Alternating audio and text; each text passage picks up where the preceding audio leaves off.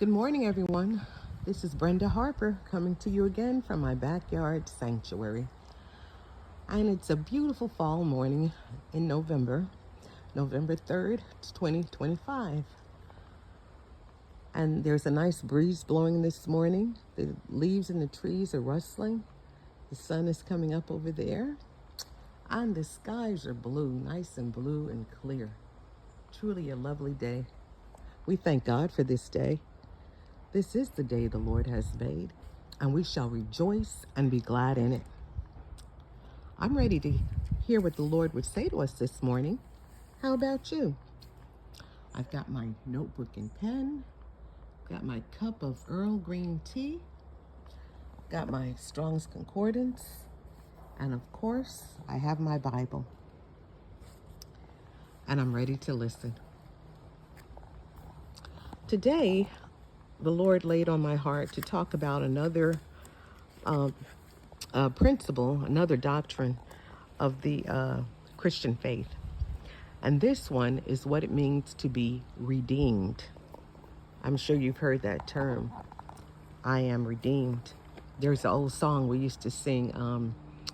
If anybody asks you just who I am, tell them I am redeemed, an old gospel hymn. To be redeemed, to redeem someone means to save a person from a hostile situation or danger. The verb is to redeem. The noun is redemption. Redemption is a central theme in Christian theology, representing God's plan to restore humanity to a right relationship with Himself. The concept of redemption is woven throughout the Bible, from the Old Testament to the New Testament, and it's fulfilled in the person and work of Jesus Christ. I hear a plane starting to come over. The idea of redemption in the Old Testament is often associated with deliverance and liberation. The Hebrew word ga'al, which is G-A'-Al, is frequently used to describe the act of a kinsman-redeemer who rescues or avenges a relative. This is clearly illustrated in the account of Ruth and Boaz. Let's look at Ruth chapter 4, verses 1 through 10. It's the story of Ruth and Boaz. Now Boaz went up to the gate and sat down there. And behold, the close relative of whom Boaz had spoken came by. So Boaz said, "Come aside, friend, sit down here." And so he came aside and sat down. And he took 10 men of the elders of the city and said, "Sit down here." And so they sat down. Then he said to the close relative, "Naomi, who has come back from the country of Moab, sold the piece of land which belonged to our brother Elimelech. And I thought to inform you, saying, buy it back." That's what the word redeem means. It means to buy something back, to ransom. "Buy it back in the presence of the inhabitants and the elders of my people. If you will redeem it, redeem it. But if you will not redeem it, then tell me, that I may know. For there is no one but you to redeem it, and I am next after you." And he said, "I will redeem it." Then Boaz said, "On the day you buy the field from the hand of Naomi, you must also buy it from Ruth the Moabitess, the wife of the dead, to perpetuate the name of the dead through his inheritance." And the close relative said, "I cannot redeem it for myself, lest I ruin my own inheritance. You redeem my right of redemption for yourself, for I cannot redeem it." Now this was the custom in former times in Israel concerning redeeming and exchanging, to confirm anything. One man took off his sandal and gave it to the other, and this was a confirmation in Israel. Therefore the close relative said to Boaz, "Buy it for yourself." So he took off his sandal. And Boaz said to the elders and all the people, "You are witnesses this day that I have bought all that was Elimelech's and all that was Chilion's and Mahlon's from the hand of Naomi. Moreover, Ruth the Moabitess, the widow of Mahlon, I have acquired as my wife, to perpetuate the name of the dead through his inheritance, that the name of the dead may not be cut off from among his brethren and from his position at the gate. You are witnesses this day." Amen. So that's the interaction of Boaz redeeming not only the property that Naomi had, but also redeeming Ruth, who was a widow because her husband Mahlon had died. Where Boaz redeems Ruth, ensuring her protection and provision. The Exodus narrative is another foundational example of redemption. God delivers the Israelites from slavery in Egypt, demonstrating his power and faithfulness. In Exodus 6, verse 6, God declares, I will bring you out from under the burdens of the Egyptians, and I will deliver you from bondage. I will redeem you with an outstretched arm and with mighty acts of judgment. This act of redemption is a foreshadowing of the ultimate redemption through Jesus Christ. In the New Testament, redemption is fulfilled in Jesus Christ, who is the ultimate Redeemer. The Greek word apolutrosis is used to describe the act of buying or liberating through a ransom. Jesus' sacrificial death on the cross is the means by which humanity is redeemed from sin and death. Ephesians 1:7 states, in him we have redemption, through his blood, the forgiveness of our trespasses according to the riches of his grace. Jesus Christ is our kinsman-redeemer, dear one. He's our Gaal, according to the Hebrew word. There's something important to note here about a kinsman-redeemer.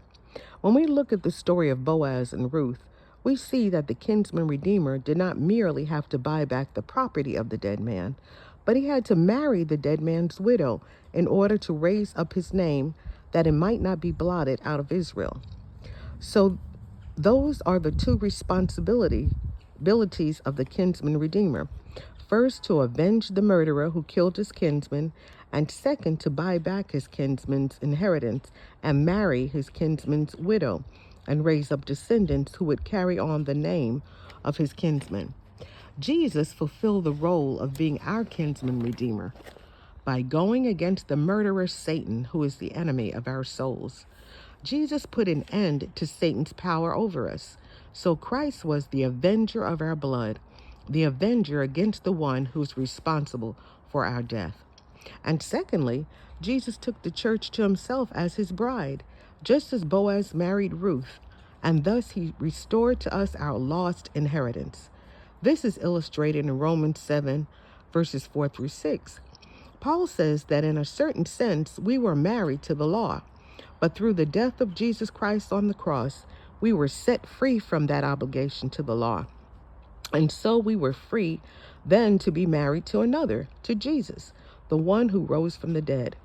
However, just as in the case of Ruth and Boaz, there was one other who also had the legal right to be the Redeemer, our fleshly nature, our carnal nature. But our carnal nature, the flesh, was unwilling and unable to help.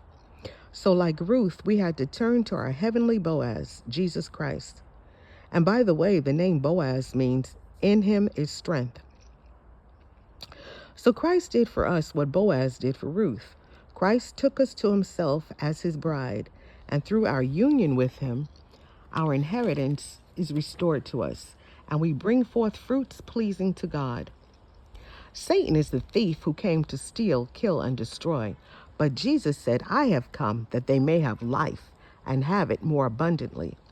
So Jesus gave us back our inheritance. He made us his bride that he is returning for one day. We are delivered from the bondage of the law. We are delivered from the fear of death. The fear of death has been taken from us, and instead we have a new inheritance and eternal life in Jesus Christ. These are the benefits that Jesus obtained for us when he redeemed us. We are related to him as the bridegroom of our soul, and in that relationship, instead of the sinful acts that were produced by our fleshly nature under the law, we bring forth the fruits of righteousness by the power of the Holy Spirit. We become pleasing and acceptable to God. Condemnation is gone. Fear is gone. As John said, the darkness is passing, the true light now shines. Our Redeemer has come and taken us to himself, avenged the murderer, restored us to our rightful inheritance. Praise the Lord. This is the gospel, dear one, and it is good news indeed. Meditate on this picture of the Redeemer until it becomes real to you. It is so beautiful. We just praise God for sending Jesus Christ, our Redeemer. Hallelujah. Glory to God. Thank you, Lord. I don't know about you, but I can say with all assuredness and joy, I am redeemed. The Bible says, let the redeemed of the Lord say so. Are you able to say you're redeemed? I hope so. If not, accept Jesus Christ as your Lord and Savior today.